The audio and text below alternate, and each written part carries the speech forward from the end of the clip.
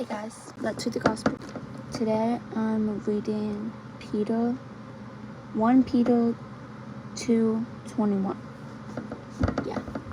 So it says here, and I really like this verse, and I recently just discovered it actually today, and this will be one that I'm definitely sticking with me.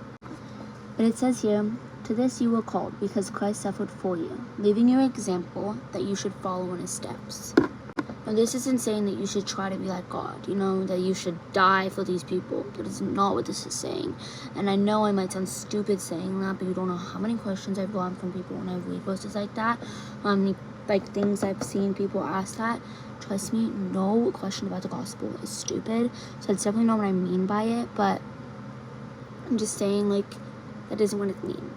But being Christ-like, when someone says to you, be Christ-like, it means be kind, be loving of your neighbor, even if they stabbed your brother. I know that sounds so crazy, and I know that sounds so hard, whether you have a brother or not, a loved one, or it could just be someone that's talking behind your back at school, or someone that stole your pen, and it was your favorite pen.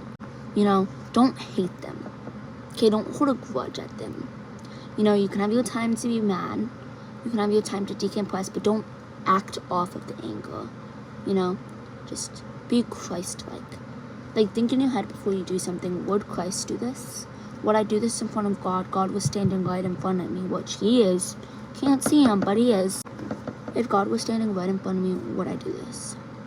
And I'm trying to really apply that to my life, but I know that 90% of the stuff that I do, I wouldn't do in front of Christ, because I would be so worried.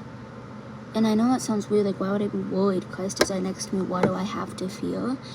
But it's just what if I mess up? But here's the thing, that's not what I'm saying. Being Christ-like doesn't mean making no mistakes, because you can't be Christ, but you could be Christ-like. But that doesn't mean that you're not going to make mistakes. That doesn't mean that you're not going to go trip in the hallway at school. Okay, you're going to make mistakes. But the fact is that you move on from those mistakes, and you don't let those mistakes eat you alive. So this is a really touching verse, because, follow in his footsteps. Christ literally suffered more than anyone in this whole entire planet Earth that has ever stepped foot has suffered. He has suffered more than you, more than me. And this isn't me saying that you don't suffer. This isn't me saying that you haven't gone through some stuff. But no one can handle it besides Jesus, no matter what you think. No one could handle it. You couldn't have gone out there and done that. And the only reason why he was so strong to be able to do that is because he trusted in the Lord, and that he loved us so deeply.